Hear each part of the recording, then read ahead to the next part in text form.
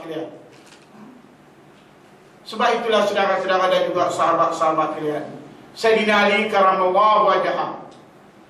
Sayyidina Ali, saudara-saudara sekalian. Kalau kita tengok dalam peristiwa Uhud umpamanya, saudara-saudara sekalian, bila betis dia ni kena panah, anak panah, saudara sekalian, tak boleh.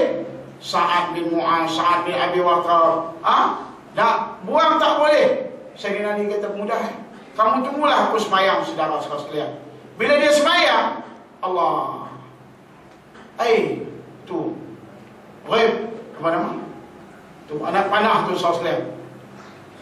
Kita ni masuk selumbang sikit menanah kita nampak sikit kan, saudara-saudara sekalian. Allah tu bukan abuse, saudara-saudara sekalian. Sebab jauh kita, saudara sekalian. Itu Sayyidina Ali, cucu dia, cicit dia, niat dia, Abdullah bin Zainal Abidin bin Hasan bin Ali bin Rasulullah SAW. Abdullah ni bila dia ambil wudu, dia masuk tu ke ruang solat ini, saudara-saudara sekalian. Berubah pucat wajah dia. Kita kalau tengok polis di depan, pada you berubah muka kita, saudara-saudara sekalian. Ada pegawai, Allah Ustaz tolong semayang aja Ustaz. Awak kenapa? Besok ni pegawai SPRM nak jumpa dengan air, dia kata temu janji dah. Hari ni tu sehari lagi dah berubah dah. Saudara sekalian, Syekh Abdullah ni bila dia ambil wudu, masuk saja ke ruang, saudara-saudara sekalian, berubah wajah dia. Makmum lain tanya, anak murid dia tanya, ya Syekh kenapa? Dia kata, siapa yang aku akan ngadap? Ngadap, yang nak ngadap ni sebenarnya Rabb segala Rabb, Raja segala Raja, saudara-saudara dan juga sahabat-sahabat sekalian. Raja segala Raja. Inilah saudara sekalian, maka melahirkan khauf, takut mereka kepada Allah Subhanahu wa taala, saudara-saudara sekalian. Masya Allah, ini hati yang kosong. Daripada hati yang kosong inilah dia akan menimbulkan redha, ikhlas, saudara-saudara sekalian. Daripada hati yang hidup inilah, saudara sekalian, hati yang terbuka ini, maka hati yang kosong inilah hati yang sentiasa bersyukur kepada Allah Subhanahu wa taala lah. Akhirnya hati ini dia akan redha, saudara-saudara dan juga sahabat-sahabat sekalian. Kalau hati kita tidak kosong, kalau hati kita tidak ingat kepada Allah, maka ikhlas ini tidak akan wujud. Jauh sekali untuk redha kepada Allah Subhanahu wa taala, saudara-saudara sekalian. Jauh sekali untuk redha. Ada di kalangan muslimat kita, dia kata, minta maaf Ustaz, hati saya tak boleh terima Ustaz. Kenapa? Kita kata kena beriman. Pankihu ma sabalakum masna wa sulasa wa ruba. Ayat tu kena beriman. Tapi dia kata minta maaf Ustaz, hati saya tak boleh terima Ustaz. Saudara sekalian, cemburu ni sifat semula jadi. Siti Aisyah cemburu, Siti Sarah cemburu, saudara sekalian. Sifat semula jadi yang ada. Tetapi soalnya hati dia tak boleh terima, saudara-saudara dan juga sahabat sekalian. Apa boleh buat, saudara-saudara sekalian? Ustaz nak sebut, Ustaz sebutlah suruh redha ke, suruh ikhlas ke, tetapi hati saya tak boleh terima, kata dia. Saudara sekalian, bila suami dia ada yang lain daripada dia, saudara-saudara dan juga sahabat sekalian. Baiklah saudara-saudara dan juga sahabat sekalian, hati yang terbuka ini, saudara sekalian, yauma la yanfa'u malun wala banun illa man atallaha bi qalbin salim. Pada hari tidak berguna lagi kawarakan sanak saudara, melainkan man atallaha bi qalbin salim, melainkan hati yang sejahtera. Maksud hati yang sejahtera tadi, saudara sekalian, hati yang hidup tadilah dia akan menggerakkan seluruh panca indera kita. Wallazina amanu wa amilus shalihat ulaika ashabul jannah. Hati yang sejahtera tadi, dia akan menggerakkan seluruh jasad kita untuk melakukan pengabdian ubudiyah kepada Allah Subhanahu wa taala. Maka watazawwadu fa inna khaira zadi taqwa. Sebaik-baik bekalan ialah ketakwaan kita kepada Allah Subhanahu wa taala. Maksud hati yang sejahtera tadi ialah amalan kita lah untuk kita kembali menghadap Allah Subhanahu wa taala, saudara-saudara sekalian. Satu lagi yang disebut oleh yang diulas oleh Imam Nawawi rahimahumullah. Dia kata hati yang sejahtera tadi, hati yang terbuka tadi, saudara-saudara sekalian, Di antaranya adalah hati ini di kalangan orang mukmin ini. Innamal mu'minuna allazina idza dzukirallahu wajilat qulubuhum wa idza tuliyat 'alaihim ayatuhu zadatuhum imana wa 'ala rabbihim yatawakkalun. Surah Al-Anfal ayat yang kedua. Apa maksud dia? Sesungguhnya orang beriman bila disebut saja nama Allah, maka gemetar hati dia, saudara-saudara sekalian. Idza dzukirallahu wajilat qulubuhum. Bila sebut saja nama Allah, dia gemetar hati dia. Wa idza tuliyat 'alaihim ayatuhu. Bila kita baca ayat Quran, saudara-saudara sekalian. Bila dia baca ayat Quran, saudara-saudara sekalian, bertambah keimanan dia, saudara-saudara sekalian.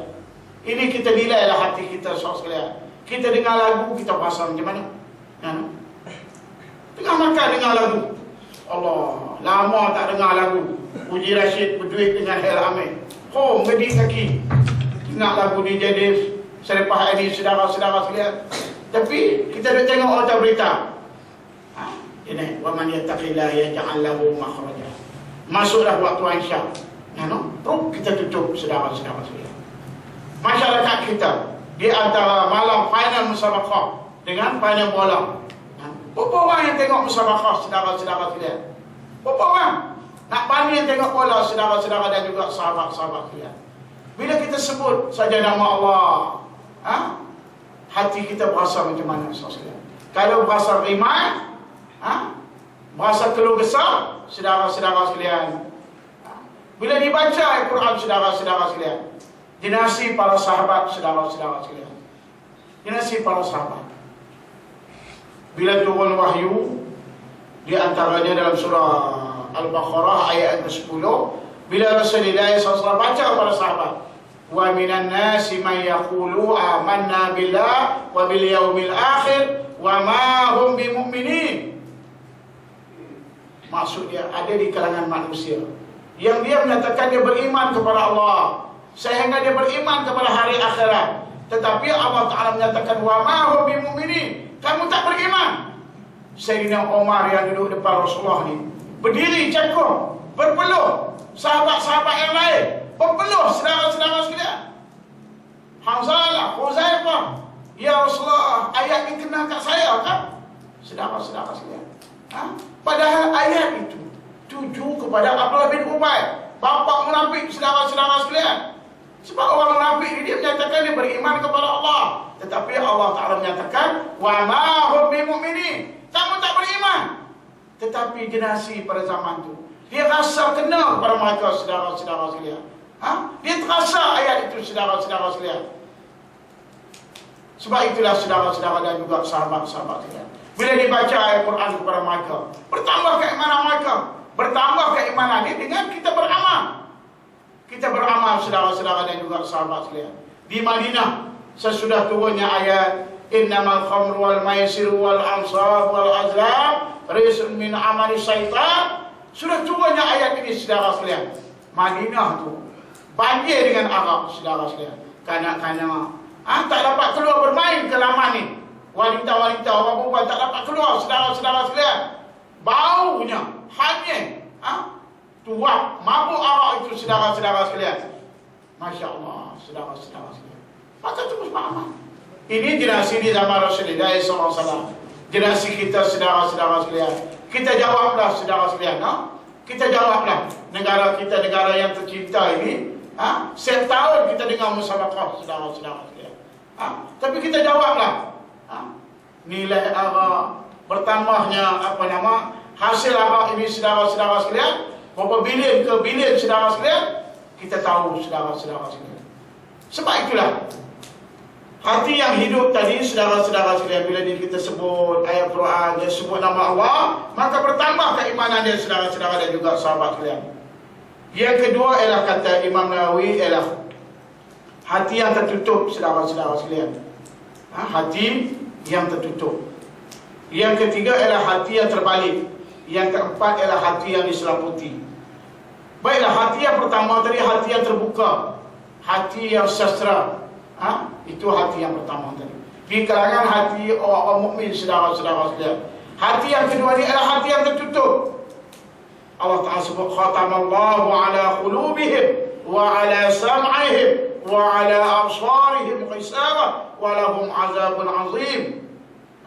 Allah Subhanahu wa Ta'ala telah mempeterikan, telah kunci hati-hati mereka, pendengaran mereka, penglihatan mereka, saudara-saudara sekalian. Maka walahum azabun azim, maka Allah Ta'ala akan azab mereka yang berat, saudara sekalian.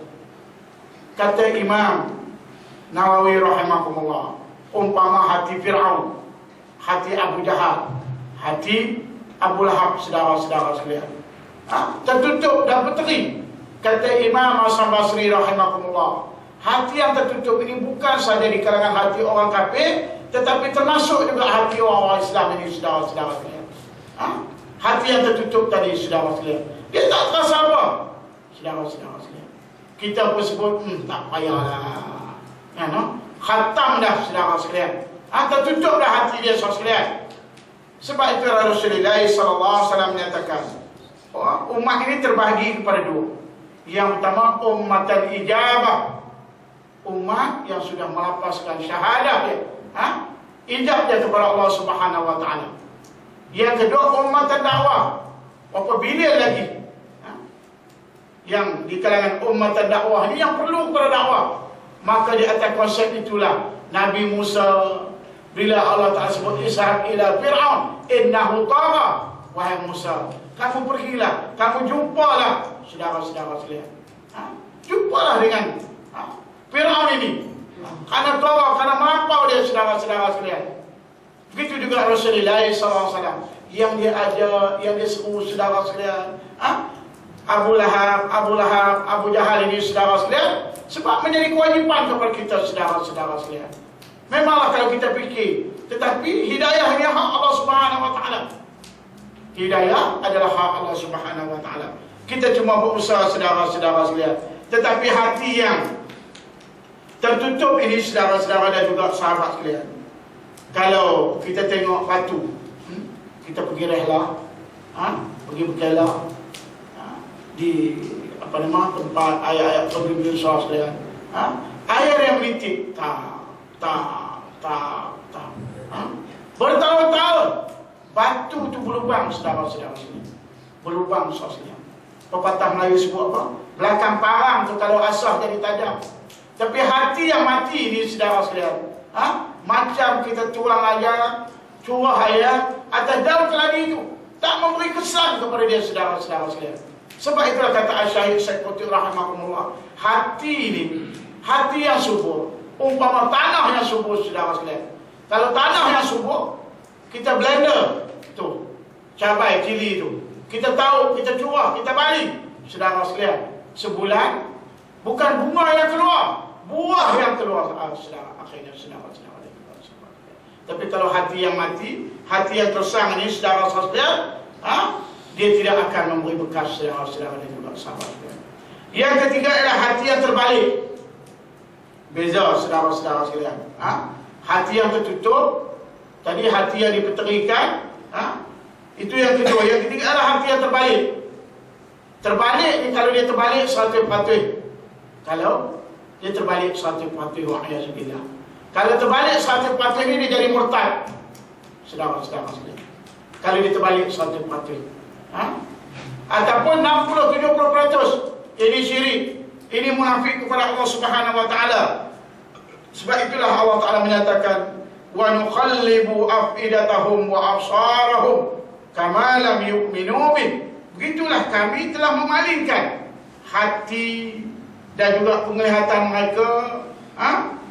Begitulah kami telah membalikkan hati dan juga penglihatan mereka, seperti mana mereka yang belum pernah beriman, saudara-saudara sekalian, Masya Allah.